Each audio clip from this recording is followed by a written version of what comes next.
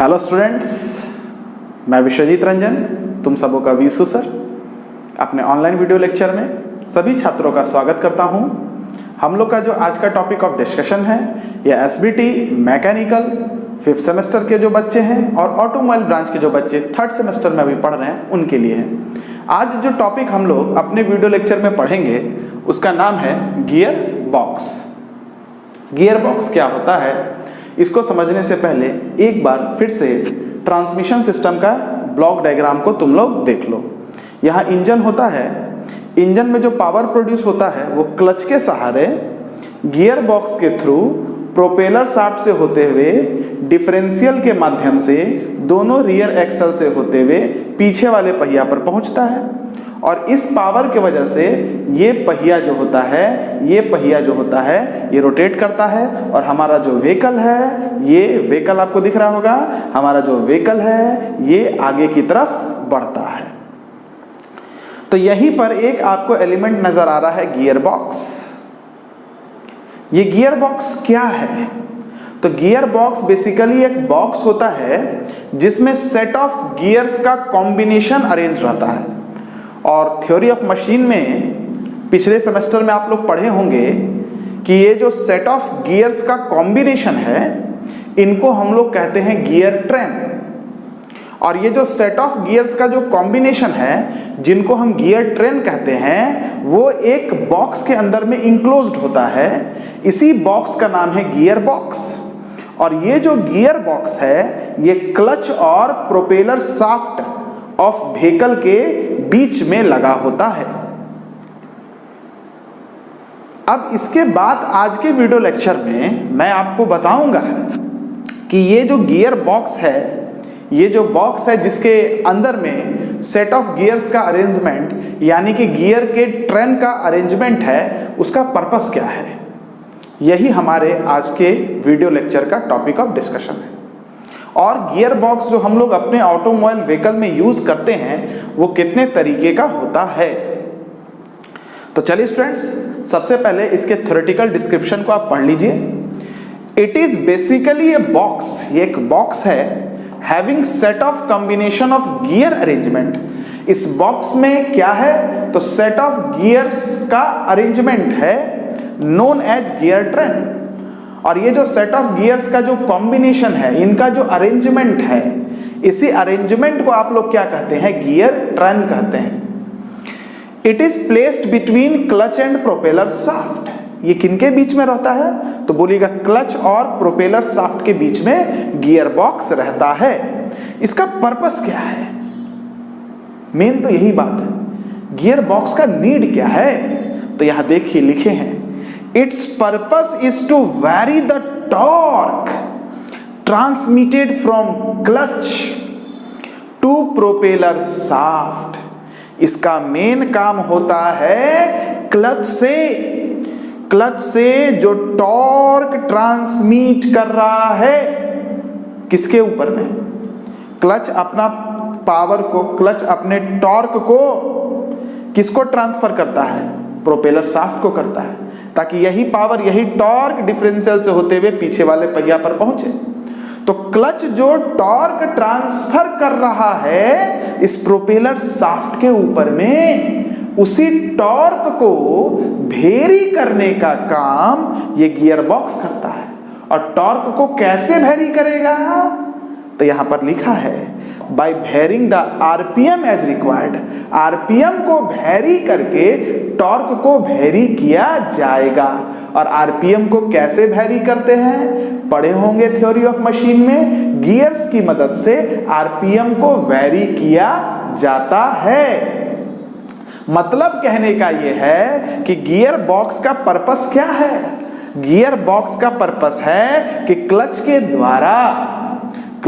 द्वारा जो torque transmit हो रहा है, जो टॉर्क ट्रांसफर हो रहा है प्रोपेलर शाफ्ट के ऊपर में, उसको वेरी करना, मतलब कम भी करना या ज्यादा भी करना।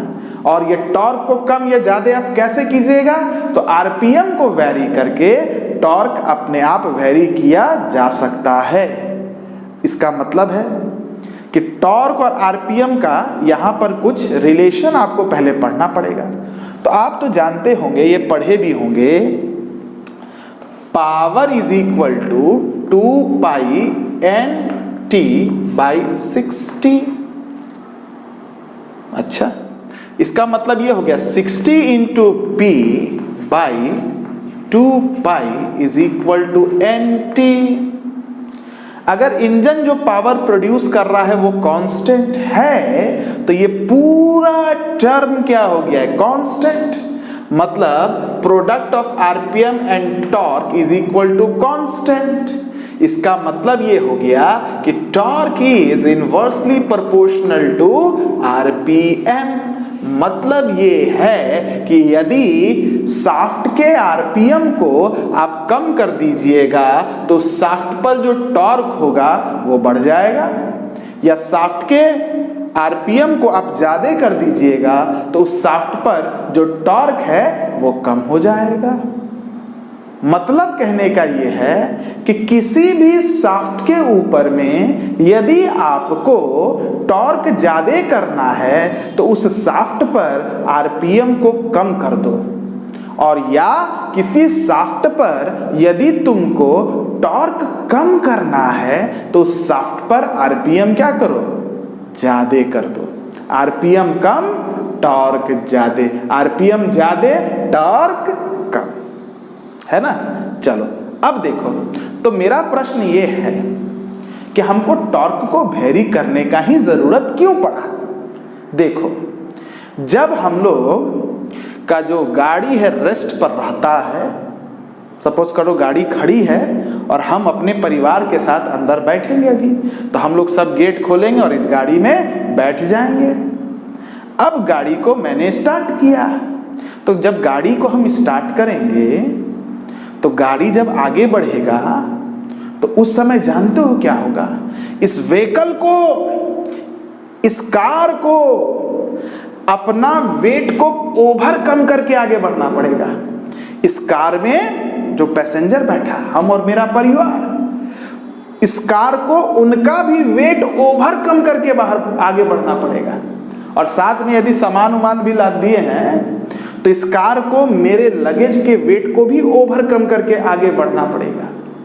और साथ में यहाँ पर जो रोड का फ्रिक्शन है, यहाँ पर जो रोड का फ्रिक्शन है इसको भी ओवर कम करके आगे बढ़ना पड़ेगा। मतलब गाड़ी जब रेस्ट से मोशन पर आता है तो इस व्हीकल को अपने मोशन को इनिशिएट करने के लिए, अपने मोशन को चालू करने के लिए अपना वेट, पैसेंजर जो बैठा है उसका वेट, लगेज जो लोडेड है उसका वेट, रोड का जो फ्रिक्शन है, इन सारी चीजों को ओवरकम करके आगे बढ़ना पड़ेगा। इसके लिए इस व्हीकल को बहुत फोर्स लगाना पड़ता है। शुरुआत में आगे बढ़ने के लिए बहुत फोर्स लगाना पड़ता है, और force into radius, force into radius को क्या करते हो, टॉर्क कहते हो। मतलब व्हीकल को जब अपने मोशन को इनिशिएट करना है तो उस समय व्हीकल को ज्यादा टॉर्क की आवश्यकता होती है। व्हीकल को ज्यादा टॉर्क की आवश्यकता होती है। लेकिन वही एक बार जब व्हीकल चलने लगता है, एक बार जब व्हीकल चलने लगता है, मोशन में आ जाता है, तो इसका खुद का मास है, इसका खुद का मास है, पैसेंजर का मास है, लगेज का मास है। उस मास के वजह से इसमें एक मास मोमेंट ऑफ इनर्शिया आ जाता है। मतलब जब व्हीकल चलने लगता है तब इसको बहुत ज्यादा फोर्स की आवश्यकता नहीं है, मतलब बहुत ज्यादा टॉर्क की आवश्यकता तब नहीं है। तो ये दो केस से हमको समझ में आया। पहली बात, जब व्हीकल अपने मोशन को इनिशिएट करेगा तो उस समय टॉर्क क्या चाहिए, ज्यादा चाहिए। और दूसरा, जब व्हीकल चलने लगेगा तो उस समय टॉर्क क्या चाहिए, काहे के लिए ज्यादा टॉर्क दीजिएगा। जब चलिए रहा है, जब चलना शुरू कर दिया है तो मास मोमेंट ऑफ इनर्शिया के वजह से कोई भी चीज़ अगर भारी भरकम है उसको एक बार जब ढकेल दीजिएगा ना तो खुद से आगे बढ़ते रहता है। इसी को तो कहते हैं न्यूटन का पहला नियम, when a body is in motion, जब बॉडी केस में है, मोशन में है, तो वो मोशन में कंटिन्यू रहता है जब तक किसी फोर्स को लगा के उसको रोका ना जाए, पढ़े हैं ना। तो कोई जो भारी भरकम चीज़ है जब वो मोशन में आ चुका है तो अपने मास मोमेंट ऑफ इनर्शिया के वजह से वो मोशन में ही रहेगा। तो काहे के लिए फोर्स लगाएगा इसको मोशन में रखने के लिए? मतलब कहने का ये है कि जब व्हीकल मोशन में आ चुका है तो इसको आगे चलाने के लिए आपको बहुत टॉर्क की आवश्यकता नहीं है। कम टॉर्क पर भी ये अपने मोशन को क्या करेगा, कंटिन्यू रखेगा। तो इन दो बात से आपको क्लियर हो गया कि जब व्हीकल को अपने मोशन को इनिशिएट करना है तो उस समय ज़्यादा टॉर्क चाहिए, और जब व्हीकल मोशन करने लगता है तो उस समय टॉर्क की रिक्वायरमेंट उतनी ज़्यादा नहीं होती है। मतलब ये है कि इस व्हीकल में आप देख रहे हैं आपको टॉर्क वेरी करने की आवश्यकता पड़ रही है, ठीक है। टॉर्क को वेरी करने की आवश्यकता पड़ रही है, कभी ज़्यादा टॉर्क भी चाहिए और कभी कम टॉर्क भी चाहिए। अब देखिए ये इंजन जो है ये तो एक कांस्टेंट पावर डिलीवर करेगा। अब इस कांस्टेंट पावर के करस्पॉन्डिंग एक टॉर्क भी होगा जो क्लच ट्रांसफर करेगा, एक टॉर्क भी होगा जो क्लच ट्रांसफर करेगा, है ना। ये इंजन जब पावर प्रोड्यूस कर रहा है तो ये क्लच रोटेट कर रहा है ना। अब क्लच रोटेट कर रहा है तो इसका जो शाफ्ट होगा ये भी रोटेट करेगा। जब शाफ्ट रोटेट कर रहा है इसका मतलब इसमें टॉर्क है। तो क्लच का यदि पावर कांस्टेंट है तो इस कांस्टेंट पावर पर क्लच के शाफ्ट का जो टॉर्क होगा वो भी कोई कांस्टेंट होगा। अब ये टॉर्क कांस्टेंट है, लेकिन यहां पर हो सकता है स्टार्टिंग में आपको इंक्रीज टॉर्क चाहिए और जब व्हीकल चलने लगेगा तो आपको टॉर्क कम चाहिए। तो इस कांस्टेंट टॉर्क के लिए कैसे यहां पर टॉर्क को बढ़ाएं और कैसे यहां टॉर्क को घटाएं, इसका सिर्फ एक ही तरीका है, गियर बॉक्स। गियर के अरेंजमेंट के द्वारा दो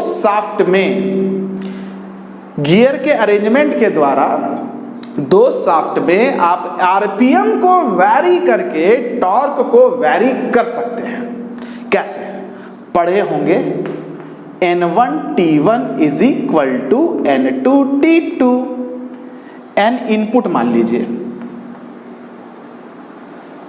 तो TI, NI TI, NO TO, O मतलब आउटपुट, I मतलब इनपुट। अब देखिए इसको इनपुट मान लीजिए, इसको आउटपुट मान लीजिए। सपोज कीजिए आपको टॉर्क बढ़ाना है, टॉर्क बढ़ेगा कब? जब आरपीएम क्या होगा? कम। तो देखिए NO होता है NI TI by TO। RPM कम करना है तो तरीका क्या है? आरपीएम तभी कम होगा जब TO बढ़ेगा। आउटपुट गियर पर, इसको इनपुट मान लीजिए, इसको आउटपुट मान लीजिए।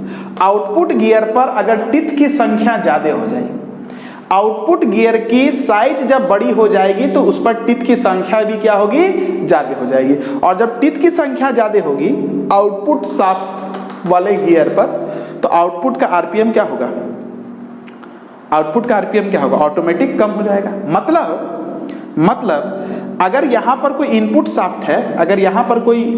शाफ्ट है, सपोज कर लीजिए यहाँ पर कोई इनपुट शाफ्ट है ये वाला, अगर इस इनपुट शाफ्ट का मैचिंग आप एक ऐसे आउटपुट शाफ्ट के साथ कीजिएगा जिस पर टिथ की संख्या क्या है? ज्यादा है, तो इस पर जो आरपीएम आएगा NO वो कम हो जाएगा।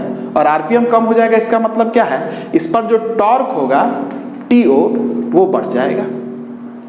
इसलिए आप देखते होंगे, गौर कीजिएगा, जब गाड़ी अपने मोशन को इनिशिएट करता है तो उस समय हम 1 नंबर गियर लगाते हैं और 1 नंबर गियर पर गाड़ी का जो आरपीएम होता है, गाड़ी का जो स्पीड होता है वो कम होता है, लेकिन गाड़ी थोड़ा हार्ड चलता है क्योंकि उसको खींचा जा रहा है। आप गाड़ी चलाए होंगे तो महसूस भी कीजिएगा। 1 नंबर गियर पर जब आप मोशन को इनिशिएट करते हैं, जब आप मोशन को इनिशिएट करते हैं तो उस समय गौर कीजिएगा, आरपीएम कम होता है और आपको लगेगा गाड़ी थोड़ा हार्ड चल रहा है, उसको कोई खींच रहा है। तो कौन खींच रहा है? तो फोर्स खींच रहा है और आरपीएम कम है। क्यों? क्योंकि टॉर्क को ज्यादा करना है। आया बात समझ में? लेकिन जैसे ही ये मोशन कंटिन्यू हो जाता है, हम लोग तुरंत 2 number 3 number 4 number high gear लगा देते हैं। हाई गियर क्यों लगाते हैं? क्योंकि जब ये मोशन चलने लगता है, गाड़ी जब अपने मोशन को इनिशिएट कर देता है, उसके बाद आपको गाड़ी को तेजी से चलाना है। गाड़ी को तेजी से चलाना है, ज्यादा आरपीएम चाहिए, मतलब टॉर्क कम चाहिए। तो अब आप क्या कीजिएगा? अब आप क्या कीजिएगा? इनपुट जो शाफ्ट था, यहां पर जो इनपुट शाफ्ट था, इसका मेसिंग आप किससे कीजिएगा? ऐसे आउटपुट शाफ्ट के साथ कीजिएगा जिस पर टीथ की संख्या क्या होगी? इनपुट के रिस्पेक्ट में कम होगी। जिस पर टीथ की संख्या क्या होगी? इनपुट के रिस्पेक्ट में कम होगी। और टीथ की संख्या जब इनपुट के रिस्पेक्ट में आउटपुट पर कम होगी तो आरपीएम क्या होगी? ज्यादा हो जाएगी। और आरपीएम जब ज्यादा हो जाएगी तो टॉर्क क्या होगी? कम होगी। इसलिए आप देखिएगा, महसूस कीजिएगा जब गाड़ी चलाइएगा कि चौथे नंबर गियर पर गाड़ी तेजी से भागता है, आरपीएम बढ़ जाता है, लेकिन गाड़ी आपको लगेगा बड़ा स्मूथ चल रहा है, उसको कोई खींच नहीं रहा है, क्योंकि टॉर्क क्या हो गया है? कम हो गया है। आई होप आपको गियर बॉक्स का फंडामेंटल प्रिंसिपल क्लियर हो गया होगा कि गियर बॉक्स का नीड क्या है। बहुत बढ़िया तरीके से मैंने आपको समझा दिया। तो मैं चाहता हूं कि सबसे पहले तुम लोग क्या करोगे, ये टॉपिक लिखो और इस सारी बात को लिखो, और यहाँ जो बोर्ड पर लिखे हैं, है ना, इनपुट आउटपुट, फिर ये इनपुट हो जाएगा, आउटपुट ये किसके लिए हो जाएगा? जब टॉर्क को क्या करना है? कम, आरपीएम को क्या करना है? ज्यादा। और ये किसके लिए हो जाएगा? इनपुट आउटपुट, जब टॉर्क करना है ज्यादा और आरपीएम करना है कम, है ना। ये बात लिखो, इसको भी साइड में कॉपी पर लिखो, इस रिलेशन को भी लिखो। ये गाड़ी का फोटो बनाने का जरूरत नहीं है, इसको तुम लोग बना लो, ठीक है। ये समझाने के लिए तुमको बना है, इसको नहीं भी लिखोगे तो चलेगा, लेकिन अगर कॉपी में रफ में साइड में लिखोगे तो कल कभी पढ़ने बैठोगे तो जो हम बात अभी बोले वो तुमको फिर से समझ में आएगा, तुमको फील आएगा कि गियर बॉक्स का पर्पस क्या है। इसको लिख लो, इसके बाद हम गियर बॉक्स का क्लासिफिकेशन बता देते हैं और अगले वीडियो लेक्चर में गियर बॉक्स के टाइप को स्टार्ट करेंगे। पहले इसको लिख लो वीडियो को पॉज करके।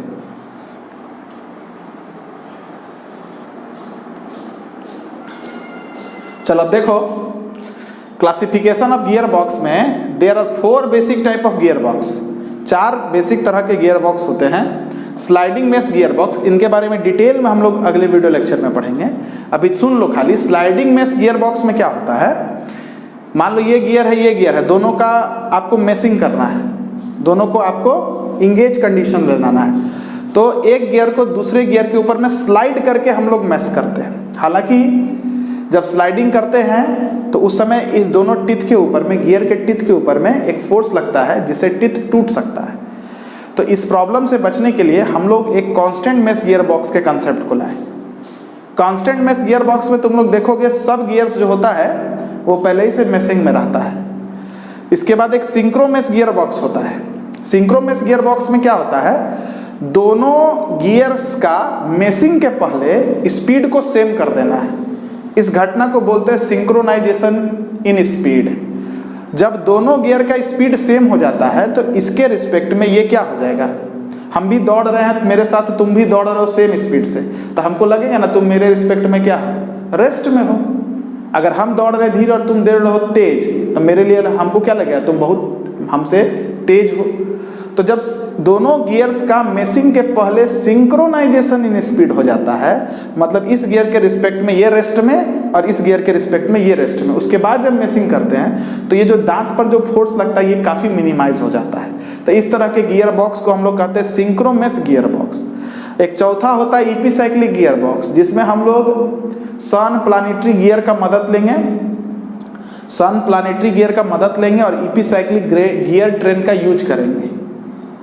तो इन सारी गियर बॉक्स के बारे में मैं आपको डिटेल में एक एक करके 4 वीडियो लेक्चर में सारा टॉपिक ख़त्म कर देंगे, ठीक है। तो चलो इसको भी नोट डाउन करो, अगले वीडियो लेक्चर में यहीं से कंटिन्यू करेंगे। और जो बच्चा लोग ऑनलाइन क्लास करना चाह रहा है, वो पॉलीटेक्निक एकेडमी का जो ऐप है उसको प्ले स्टोर से डाउनलोड कर लो, है ना। हम लिख देते हैं पॉलीटेक्निक एकेडमी। देखो तुम लोग के ऐप में नाम है पॉलीटेक्निक।